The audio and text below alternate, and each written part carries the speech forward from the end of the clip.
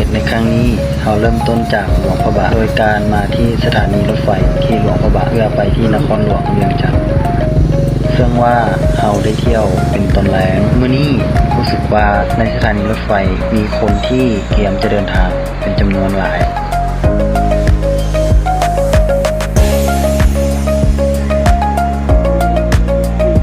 รถไฟที่เราได้ในเที่ยวนี้เป็นขบวน 11K และค่อยได้ตู้หมายเลขหนึ่งในขณะที่นั่งในรถไฟค่อยก็คิดว่าค่อยสิรอดบ่วะแล้วรถไฟก็ออกจากสถานีหลวงพระบางเฮาได้มานอนอยู่ที่นครหลวงเวียงจันทร์คืนนึงพอตื่นเช้ามาเฮาก็ให้หมู่ไปส่งที่ตลาดเช้าเพื่อที่จะซื้อดีรถเมล์ข้ามประเทศและในสถานีตลาดเช้าก็จะมีราคาและจำนวนเที่ยวที่รถเข้าออกภายในประเทศไว้อย่างชัดเจนและราคาก็แสนที่จะถูกเริ่มต้นจากที่ 60,000 พอเฮาได้ซื้อปีสำเร็จแล้วรถก็จะออกจากตลาดเช้า 8 โมงในระหว่างทางเขาก็อัดคลิปและก็เบิ่งบรรยากาศไปเปลี่ยวๆพอมาฮอดหน้าด่านรถจะติดหลายเป็นพิเศษจนเฮ็ดให้รถเคลื่อนไปทางหน้าบ่ได้ผู้โดยสารทั้งหมดต้องได้ลงย่างเพื่อที่จะไปจำกาเพื่อข้ามออกนอกประเทศแล้วค่อยก็ย่างมาคนเดียวแบบงงๆโดยที่บ่รู้หยังเลยสิ่งหนึ่งที่สังเกตก็คือสังเกตเบิ่งว่าบ่อนใดที่คนประชุมหลายแล้วค่อยก็เข้าไปบนนั้นเลยมันอาจจะฟังคือว่าตลกแต่ในสถานการณ์จริงมันโคตรซีเรียสในการที่รอท่าจำกาเพื่อออกนอกประเทศนั้นใช้เวลาบ่โดนปานใดเพราะว่าในการจำกาออกประเทศในการจำกาออกนอกประเทศจะมีขบวนการที่ไวกว่าส่วนที่เฮ็ดให้เราเสียเวลาหลายที่สุดก็คือฝั่งของไทยเพราะว่าเราต้องได้จำกาเพื่อที่จะเข้าประเทศของไทยวันนี้ค่อยรู้สึกว่าค่อยเสียเวลาวันนี้ไปประมาณ2 ชั่วโมงหรือ3 ชั่วโมงจนเฮ็ดให้รถเมล์บ่ท่าแสดงว่าเราบ่ทันรถแต่ก็ยังโชคดีที่เราสามารถซื้อปีในหน้าด่านเพื่อที่จะเข้าไปในสนามบินที่อุดรในราคาแค่เพียง200 บาทในการที่บ่ทันรถเมล์นั้นแกในค่อยรู้สึกบ่ดีเลยนอนตื่นบ่ถึง2 ตื่นเขาก็มาฮอดสนามบินที่อุดรแล้วพอเข้ามาในสนามบินสถานที่ที่กว้างขวางและความเป็นระเบียบของเจ้าคือจังแตกต่างจากมันคือจังว่าแตกต่างจากสนามบินในลาวเฮาหลายทั้งความปลอดภัยและความเป็นระเบียบ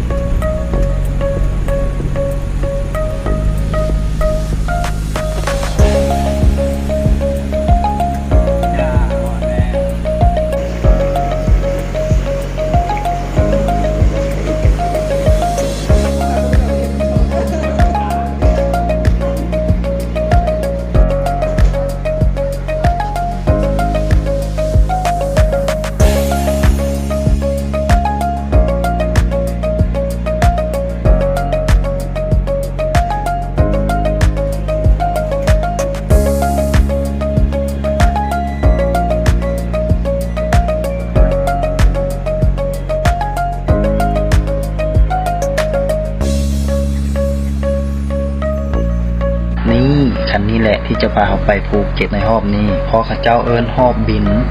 ที่จะไปภูเก็ตเขาก็ไม่ได้รอซ่าแล้วหิ้วกระเป๋าย่างดิ่งไปเลยนำคนเขาเจ้าไปนี่แหละ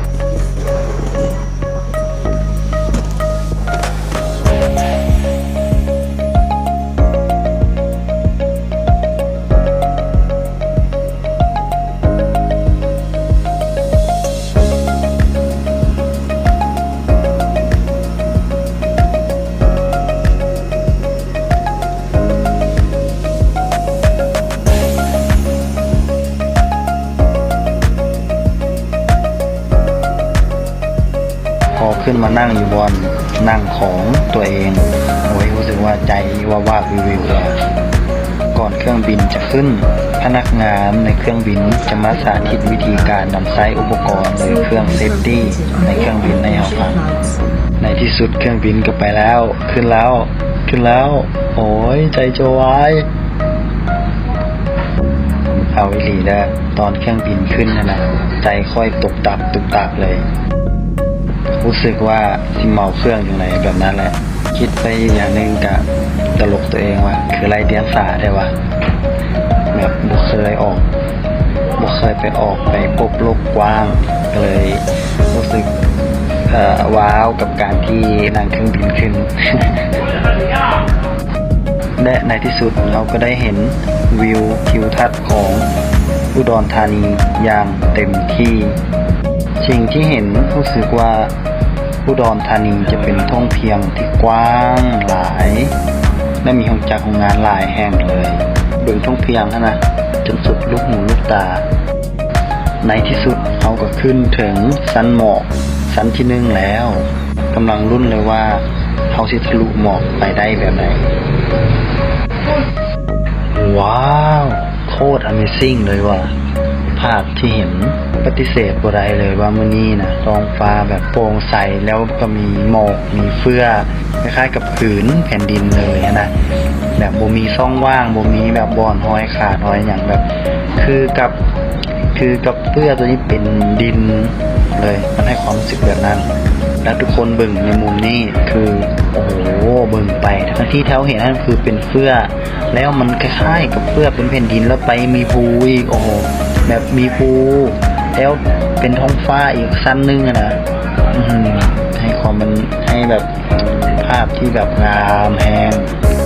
ก่อนที่ช่วงตะเวนจะตกดินแห้งว่างามแต่ว่าเสียดายแต่ว่ากล้องเขานะเป็นกล้องรุ่นบดีปันไดก็เลยถ่ายภาพออกมาบ่ค่อยได้เห็นคมขนาดนั้นอ๋อลืมบอกอีกอย่างว่าในตอนขณะที่เรามาใกล้ๆที่ฮอดภูเก็ตนะมันเกิดมีฟ้าฝนที่แบบตกแห้งเลยตอนนั้นนะเฮ็ดให้เครื่องบินนะบ่สามารถที่จะลงจอดที่ภูเก็ตได้ประเด็นสำคัญก็คือเครื่องบินของเขานะน้ำมันใกล้สิหมดตามที่กัปตันเครื่องบินบอกเขาต้องได้บินกลับไปลงจอดที่กระบี่แล้วค่อยเติมน้ำมันอยู่กระบี่แล้วจึงขึ้นบินอีกรอบนึงเพื่อที่จะมาลงภูเก็ตซึ่งใช้เวลา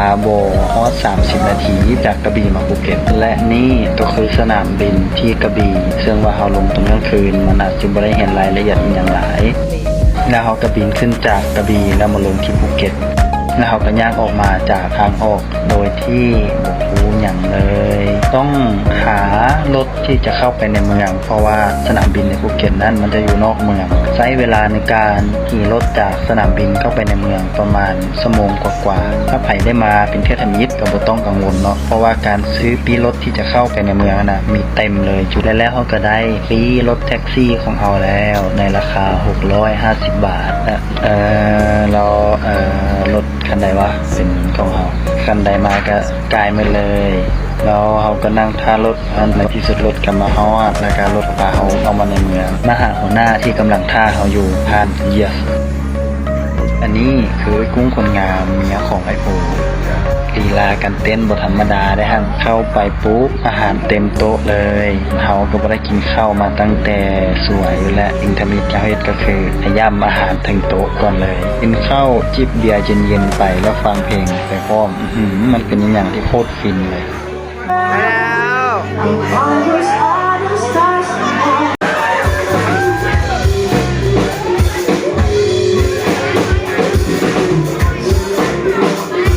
อาหารในนี้แซ่บหมดทุกอย่างเลยรู้ว่าอาหารแซ่บหรือว่าเป็นเพราะหิวหยอกจริงๆอาหารมันแหละแซ่บแล้วไอ้โน้ตก็มาฮอดแล้วเขากับทายโน้ตกินข้าวอย่างเสร็จสับเรียบร้อยนั่งจิบเบียร์เย็นๆไปนิดนึงแล้วก็ได้พากันย่างกลับห้องพักเป็นสภาพจองน้องอายที่หากันมาฮอดหิ้วเครื่องลุงตุงนางเลยที่ภูเก็ตมันจะมีห้องพักหลายๆห้องแต่ว่าห้องที่ค่อยกับไปโน้ตได้นะคือห้องแค่600 กว่าบาทเองห้อง600 กว่าบาทแต่ว่าได้2 เตียงเลยได้เป็นห้องนอนแบบมินิมอล2 เตียงนอนได้2 คนห้องน้ำใน